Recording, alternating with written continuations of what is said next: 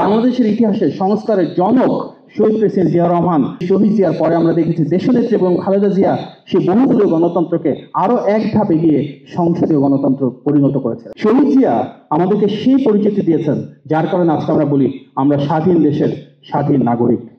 সেই যে 1971 সালে 26শে মার্চ তিনি স্বাধীনতার ঘোষণা দিয়েছিলেন, জীবন যুদ্ধে নেমেছিলেন, মুক্তিযুদ্ধের দল হিসেবে বিএনপিতে পরবর্তীতে যারা যোগদান করেছিলেন ওনাদেরকে কিন্তু রণাঙ্গনে পাশে পেয়েছিলেন।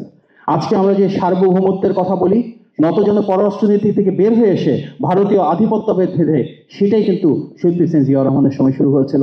উনি মধ্যপ্রাচ্য, যুক্তরাষ্ট্র, যুক্তরাজ্য, ইউরোপ সহ সারা বিশ্বের সাথে বাংলাদেশকে সম্পৃক্ত করেছিলেন। উনি শুধু ইরাক ইরানের যুদ্ধই থামান নাই, উনি শুধু ওআইসিতে বা জাতিসংঘে বাংলাদেশকে সম্মানিত করেন নাই, ওনার হাত ধরেই যুক্তরাজ্যে বাংলাদেশ থেকে গার্মেন্টস রপ্তানি শুরু হয়। আমাদের নারীর ক্ষমতায়নের প্রথম স্টেপ হিসাবে গার্মেন্টস ফ্যাক্টরিগুলো থেকে আস্তে আস্তে নারীর কর্মসংস্থান শুরু হয়, যেখানে আজকে প্রায় 40 লক্ষ মানুষের কর্মসংস্থান। বান্ডেল থাকলে প্রতি সেনমানিতে টাকা বাঁচবে। বিকাশ সেনমানি বান্ডেল কিনে জিতুন প্রতি লেনদেনে। আমরা দেখেছি মধ্যপ্রাচ্যে তিনি জনশক্তি রপ্তানি শুরু করেছিলেন। আজকে বাংলাদেশের অর্থনীতির যেটা মূল কাঠামো, সেই রেমিটেন্সে কিন্তু শহীদ জিয়ার হাত ধরেই শুরু। বর্তমানে আমরা সংস্কার নিয়ে অনেক কথা বলি, কিন্তু আমরা হয়তো অনেকেই জানি না বাংলাদেশের ইতিহাসে সংস্কারের জনক শহীদ প্রেসিডেন্ট জিয়া রহমান, যার হাত ধরে 22 সালের পরে আমরা বহুদলীয় গণতন্ত্র পেয়েছিলাম।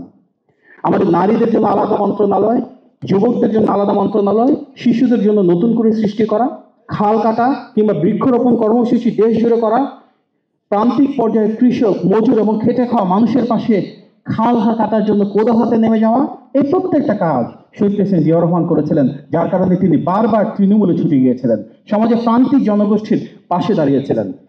আমরা যে বাংলাদেশি জাতীয়তাবাদের কথা বলি, অর্থাৎ আমাদের ধর্ম, বর্ণ, অবস্থান, পরিচয় যাই হোক না কেন, এই দেশটা আমাদের সবার, এখানে প্রতিটা মানুষের সমান অধিকার থাকবে, সমান স্বাধীনতা থাকবে, এটিই তো শহীদ জিয়ার আদর্শ।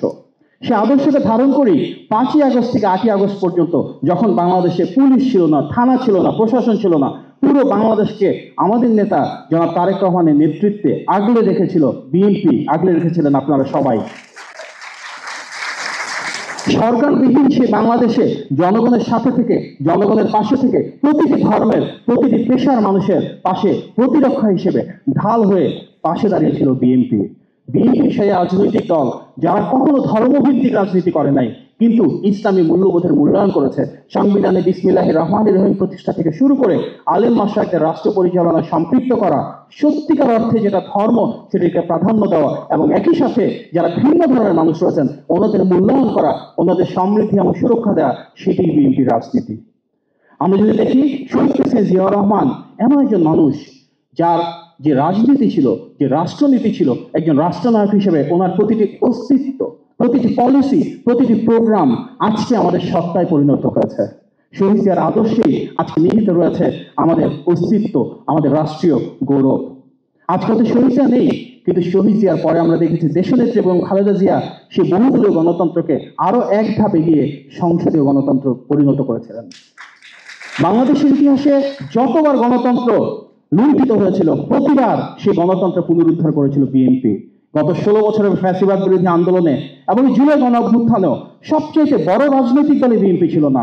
সবচেয়ে বেশি গুম, খুন, হামলা, মামলা, মানবাধিকার লঙ্ঘনের শিকার রাজনৈতিক দল হিসেবে আমাদের নেতা জনাব তারেক রহমানের নেতৃত্বে, আমাদের নেতা জনাব মির্জা ফখরুল ইসলাম আলমগীরের নেতৃত্বে, এখানে যারা রয়েছেন আপনাদের সবার অংশগ্রহণে ফ্যাসিবাদের পতন বিএনপি ঘটিয়েছিল।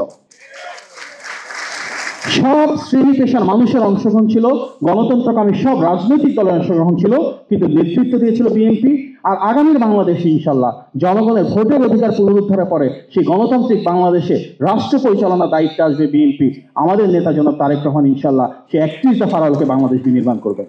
সেই বাংলাদেশে আমরা জনগণকে তাদের রাষ্ট্রীয় মালিকানা ফেরত দিব, আমরা স্বাধীনতা, সার্বভৌমত্ব নিশ্চিত করব, আমরা জনগণের স্বার্থ নিশ্চিত করব। আর তাই তো আমাদের নেতা বলেন সবার আগে বাংলাদেশ। সেই সবার আগে বাংলাদেশকে ধারণ করে আমরা আমাদের তৃণমূলের ক্ষমতায়ন করব, আমাদের নারীর ক্ষমতায়ন করব, আমাদের যারা তরুণ রয়েছে তাদের আকাঙ্ক্ষার প্রতিফলন ঘটাবো, এবং আবারও শহীদ জিয়ার মতন করে উন্নয়ন এবং উৎপাদন রাজনীতির মাধ্যমে বাংলাদেশের প্রতিটি শ্রেণীর, প্রতিটি পেশার মানুষের সমৃদ্ধি এবং ব্যক্তিগত উন্নয়ন সুনিশ্চিত করবো ইনশাল্লাহ। আসুন সেই পথযাত্রায় আমরা প্রত্যেকে কাঁধে কাঁধ মিলিয়ে শহীদ জিয়ার আদর্শে, জাতীয়তাবাদের আদর্শকে ধারণ করে আমাদের নেতা জনাব তারেক রহমানের হাতকে শক্তিশালী করি। গণতান্ত্রিক বাংলাদেশে বিএনপি ঝান্ডা সামনে নিয়ে বাংলাদেশের প্রতিটি ঘরে ঘরে আলোকিত করে 31 দফার আলোকে রাষ্ট্র কাঠামোকে বিনির্মাণ করি।